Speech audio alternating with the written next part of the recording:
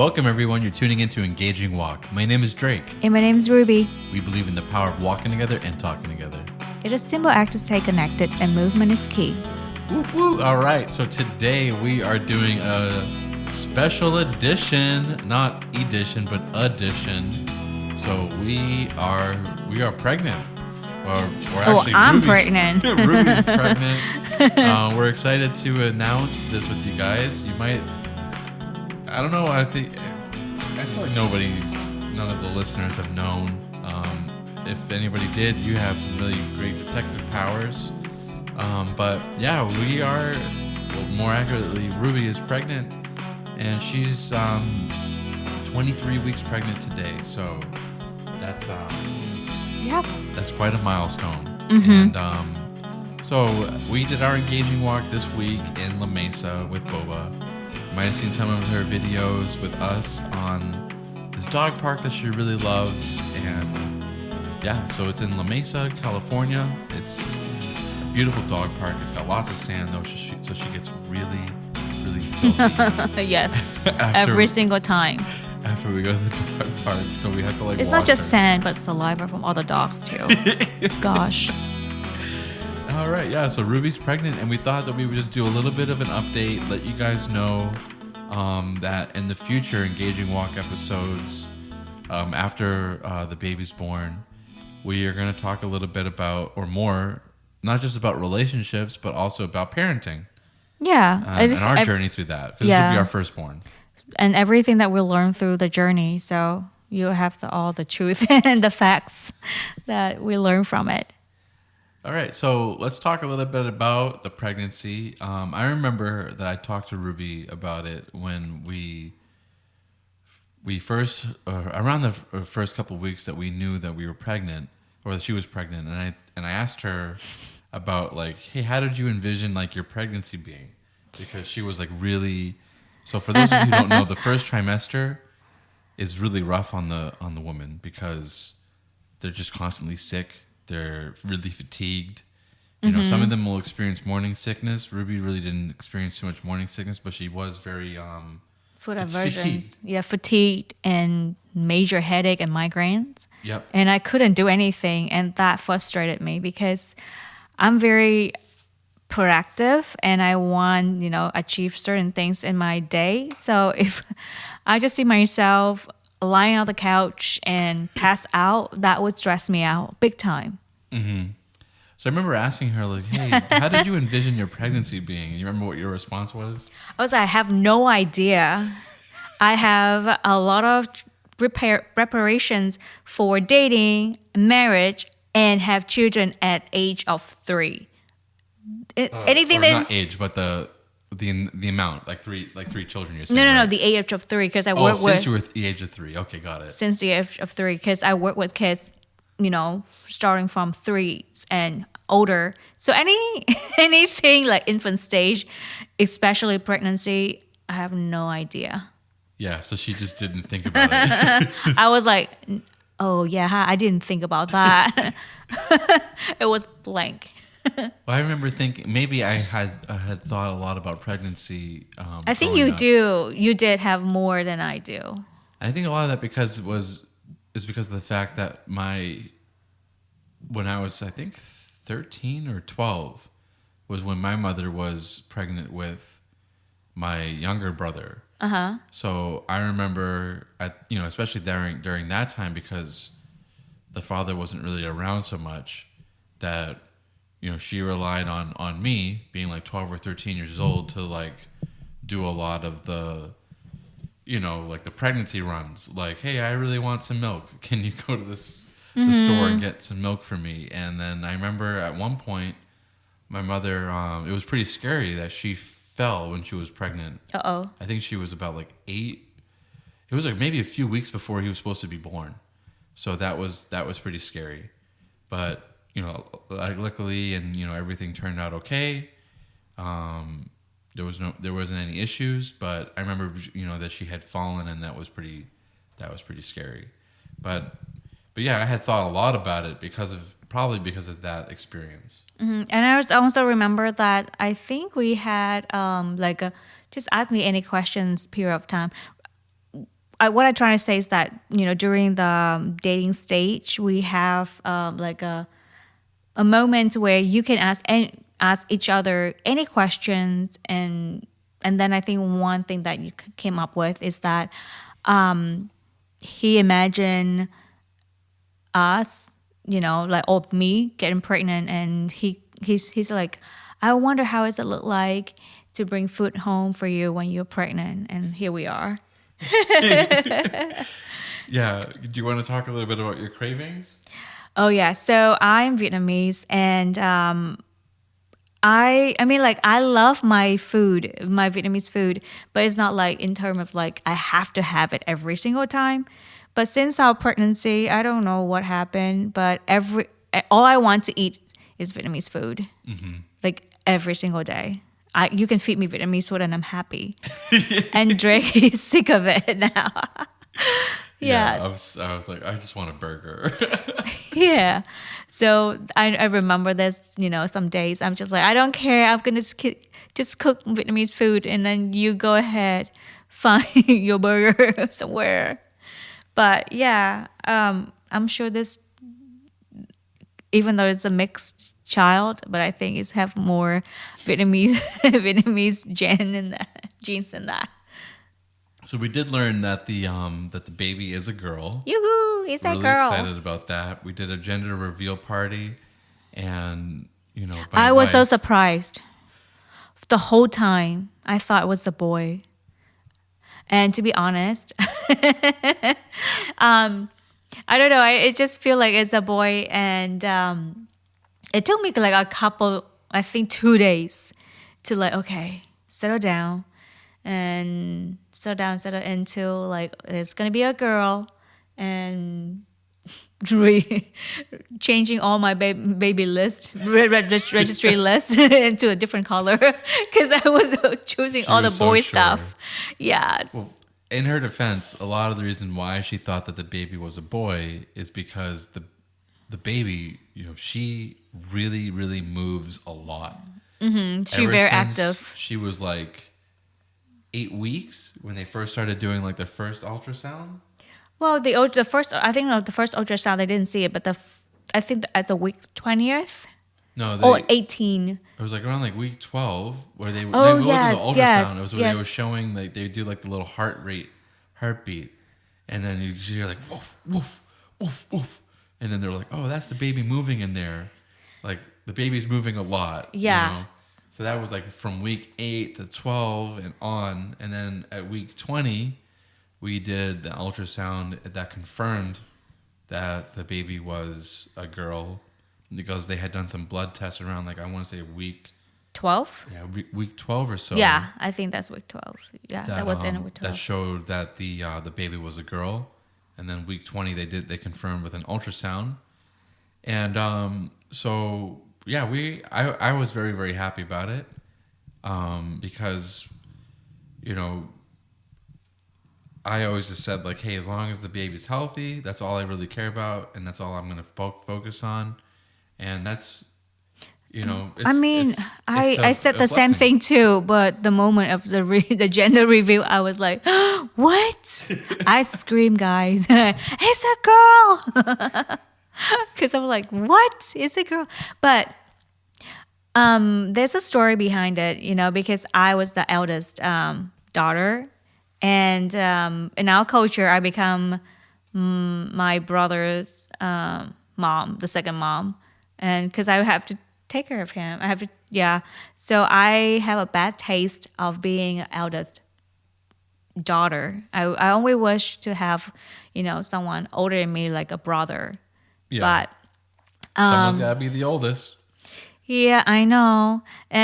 But before we found out the gender, we talk about it. The fear, and the very reason that I don't want to be, the child to become the eldest daughter, which it is now, because I don't want that. But since we have a conversations, we agree on like, hey, whether it's a boy or a girl, that we don't put that child to become like a babysitter for the younger ones, but but we teach the child to become a friend, a good brother, or a good sister to the young ones, then that should be fine. And I'm so glad that we had that conversation, because it just released my fear and released that the the bad experience when I had in the childhood. And so for me, from that moment forward, to be honest, whether a boy or a girl, that's fine as long as the baby's healthy, and we are healthy. But still, when the gender moment review, I did have like collect myself feelings and thoughts like, okay, that's a girl. I didn't cry though. She cried later, but it was Well, something touching, else. not from the Yeah, disappointment. No, she was touched later on. Yeah. I think for my experience being the eldest was a little bit different, but very similar in certain respects, because I was also very relied upon to be like, hey, you got to watch your brother, you got to watch your sister, you got to help them with their homework, you got to do X, Y, and Z. Looking back on it, I wasn't really given like a lot of responsibilities, but in certain senses I was. But like I didn't really know how to cook. I knew how to make eggs and like cereal. And then like mac and cheese. So like I can make them like one of three things, but luckily we're all very close in age. So I'm 1 year older than my brother, and my brother's 1 year older than my sister. So the three of us back to back to back is like, yes, I'm older than them, but not by much. And that age difference becomes less and less important the older you get. Yeah, it's true. There's a big difference between like 6, 7, 7, 6, and 5, but there's not really much of a difference between like 27, 26, and 25. So as we got older, like we just became more and more friends, as opposed to like, oh, that's my big brother, oh, that's my younger sister, and so I think that balance of like, yes, there's some extra responsibility on the eldest, but there shouldn't be much. They shouldn't be really counted on to cook for them and do this and that for them, and at a certain Which level is my they should story. want to, because like they should want to take care of their younger siblings, but it shouldn't be like, hey, we're requiring that. It's just because they, at the end of the day, they're still our child. Whether or not they were 1, 2, 3 years older than the others, it shouldn't play that much of a role in terms of like how we treat them. But yeah, I don't see really any issue with like, hey, help your brother or your sister with their homework because you went through that grade, and and it'll teach you some good skills, to help people and to look out for people, but not to the point where they are, overly burdened. Yeah, that's my story. Because my brother and I, we have 7 years in between us, and so it's very hard for me to connect with my brothers. And but now we are good friends. But we have to go through the journey of learning to be friends instead of huge gap in between us. And if you are experiencing that, I encourage you to just to work on that with your brothers as a sister, that you are first their sibling instead of their caretaker. Mm-hmm. Yeah, I talk to my brother and my sister. I talk to my brother way more often. I talk to the others often, but not as often as my brother, who's only like 13 months younger than I am, and we have a very, very special bond. So it's something that I learned is like a beautiful thing when you have siblings, and of course we want to have more children, but we have to get through this one first. Yes. And we're gonna reevaluate that, but once the time comes. But that's all we're really focused on now is healthy pregnancy, healthy delivery, and learning as much as we can to being new parents of a newborn. And it's a lot in and of itself. There's a lot of the times it makes me think of like, how did people do it in the past with limited information, learning from just what their parents and from what their grandparents and village people, the village fellow people in their village used to do, and like that's all the information that they could go off of. Yeah. Like what did people do back when the technology and like the medicine wasn't so up to par? Because we focus a lot on like making sure that Ruby's healthy, making sure that her diet is good, that she's eating well, and that alone is a struggle. It is, yeah. It's true. Because, I mean, the body, it's not just on the body, but also like the mental and the emotion is so much changing. And navigating, and different is different than the rest. So there is special, and it's your journey with that child. And every single child is a different journey. So it's just navigating. And a lot of things is out of your control, like your body changing, and there's nothing that you can do.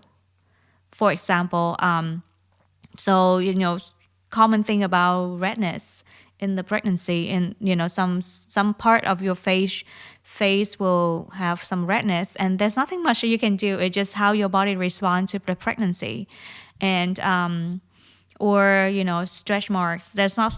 I mean, like you have stuff that butter. prevent butter, but still, like it's the natural thing that the body just prepare for pregnancy. So there's nothing much you can do. For me, what I learned is that just embrace it.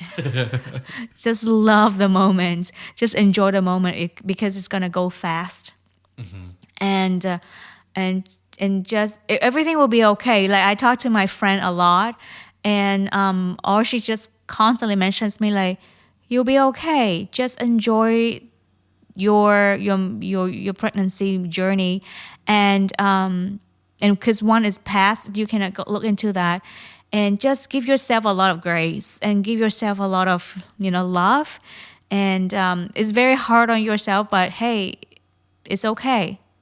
Take a rest if you need to. Take a break, and just love on yourself. Okay, Yeah. so with that, I have two questions. Go One ahead. is what has been the most difficult part about pregnancy for you so far? And then two, what has been the most touching moment of the pregnancy so far? Those are very good questions, but also very hard. So the first one, What's been the most difficult part Difficult. of going through the pregnancy so far? And then second one was what's the most touching moment? So the hardest moment throughout the pregnancy up to this point was the change in my routine in terms of physical and like the mental, because you have the pregnancy brain, and it's so I cannot even now sometimes like I couldn't focus where my focus attention span was longer and my energy was way more before the pregnancy, but my body become weaker. And I remember there's the points that I constantly took naps, and all I did the whole day is just ate food, nap, and took Boba out for walks, and that's it. I bet there's a lot of people that are listening like, that sounds like a great day. But I was so frustrated. I'm like, I have so many things to do. I couldn't do it. I'm like, what's going on? And if you are, achiever, you will understand my pain. And and then so a lot of, and then like your brain is foggy. You cannot think straight, and like because at those moments, I reflect on, oh yeah, there's sometimes that I saw people respond to that, and it's like, why? How could they do that? How could they become so foggy? Now here I am, my brain's not functioning. I was frustrated with myself. I was like, I don't know what to do with myself now. But that's where my friends' advice is so helpful. That love on yourself, be graceful, understand that your body, not just your body, but your mental health, your emotionals go through all kinds of journey. So, yeah. Whew. And then The second What's the most question. touching moment that you've had so far in the pregnancy? There's so many. Like, I get to do this with you, and like I see how great dad you can be. You know, caring for me, and of course, I'm the one that carried the baby, and I'm pregnant. But it doesn't take away the team player as a dad, and I feel like I received some more support, and also like times that you listen and encourage me, and I think those moments that help me to go or continue to with my pregnancy. Yeah. Was there any like what's the times that you feel like, what's the thing that you're looking forward to the most with like the third? So right now we're in the second trimester. Okay. Are you looking forward to like in the third trimester? No. Like with like feeling the baby move more, because like right now she's moving quite a bit. Well, I mean, like to get to know the baby, of course, but in terms of my body changing on the third trimester, no, because it's gonna be harder. I watch a lot of YouTubes and videos, and people just say like the second trimester is the best that you can experience. The first and the third, it just getting worse. I mean, not getting worse, like doesn't feel it very pleasant. So.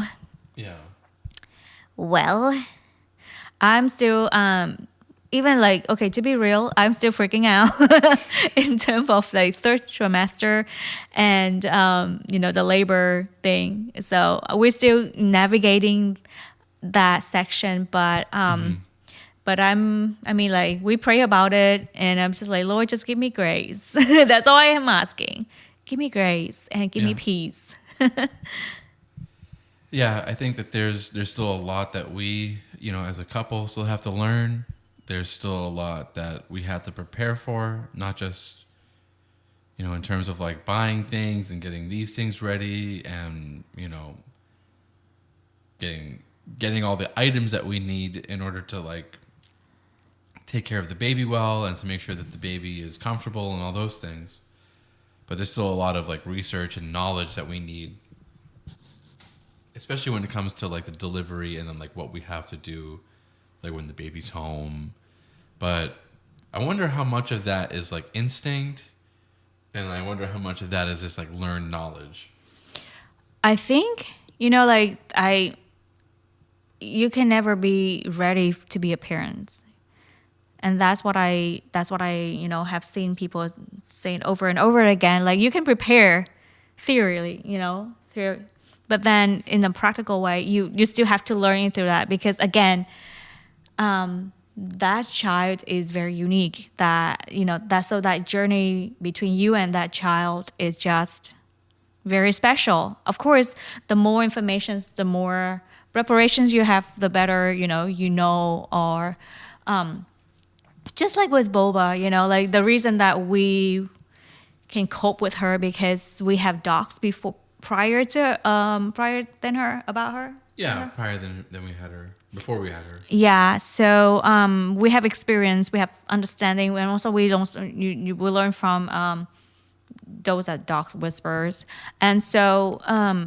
but still knowing her, getting to know her, or training her, is still have a unique journey. So I think that also apply to the child we're gonna have. Yeah, it's gonna be a beautiful experience that we're really looking forward to, and as we encounter new things, as we encounter the joys and the pains of parenting, we're going to share those experiences with you guys as well, and that will be in addition to Engaging Walk, which at this point is just mainly focusing around romantic relationships, but the goal of romantic relationships is to have a family. Not everybody can have a family, and not everybody wants to have a family. Some married couples have different goals. You mean children? Because families start with Yeah, with children. the couple. Yeah, some families can have children. Some of them don't want to have children. Some of them have different goals. There's lots of families that the mom and the dad, without children, just the husband and the wife, have their own mission without children, and they never have children, and that's fine. But for a lot of people, or maybe most, somewhere around there, at least for some, the goal is for those families to have children. And yeah, we're going to share those experiences with you guys in the most discreet and tasteful way, but also with like learning lessons and again, sharing and evaluating those the pains and the triumphs and the lessons learned, all those things, all those joys of parenting that we're going to share with you guys as we learn and as we go through all these experiences together. Yeah, and well, I mean, just to wrap up, that I think having a child is a gift, is a blessing, and it's gonna be worth it to grow up with that child. Yeah. Absolutely. And I look forward to it every day, getting to know her, thinking about conversations that we'll have in the future, and guiding her through life and getting to know what type of person she is, and exposing her to new things, and thinking about like things that I'd like for her to be exposed to and gain these interests. And I'm always wondering like what's going to be her favorite subject in school? How are we going to do schooling? Yeah. What type of learner is she going to be? Yeah. What kind of music is she going to be into? And, is she going to be active? What types of sports? I think she's going to be active because she jumps around in there, but I wonder what kind of athlete she will be. All those things. I think it's a great experience. So, so far with even just having the baby in the womb. So imagine how, wonderful it's going to be when, a new person is brought into this world and we get to explore so much together. Yeah. And also, I also look forward to seeing myself as a mom or, Drake as a dad. Because, I always wonder when I was single that I worked with children, I worked with, even toddlers, but I only work with them for 8 hours. I don't think I have the capacity as moms, like they endure, they love their kids no matter what. And I think as I become a mom, that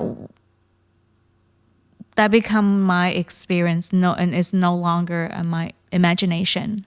Yeah. And it's something that it's only happened to you when you go through it, and you hear a lot like, yeah, don't touch mama bear, don't touch their cups.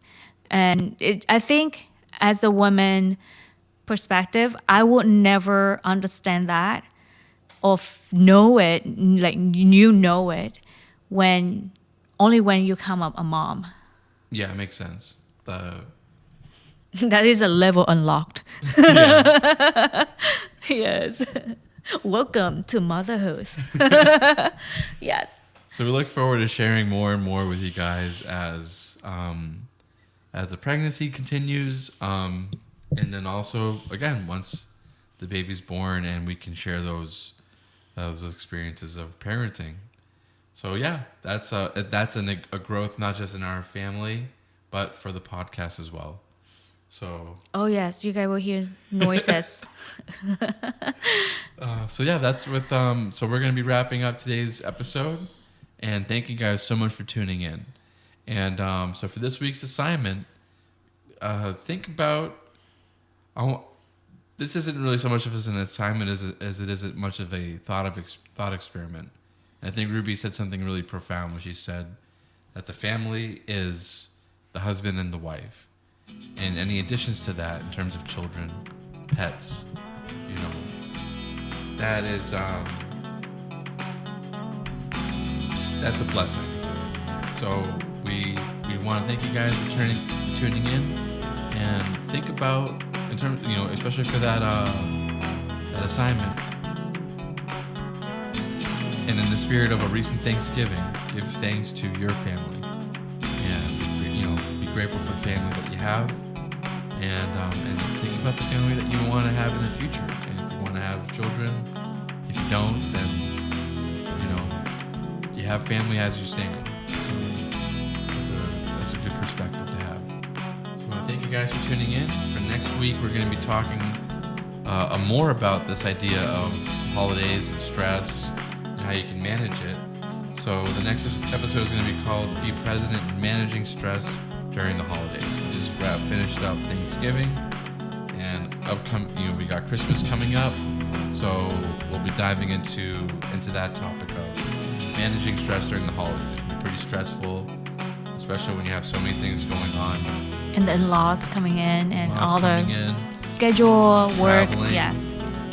So we'll be talking about that, and we look forward to doing more episodes with you guys in all the weeks that follow. So thank you guys for tuning in to Engaging Walk. My name is Drake. And my name is Rubie. And we are tuning out.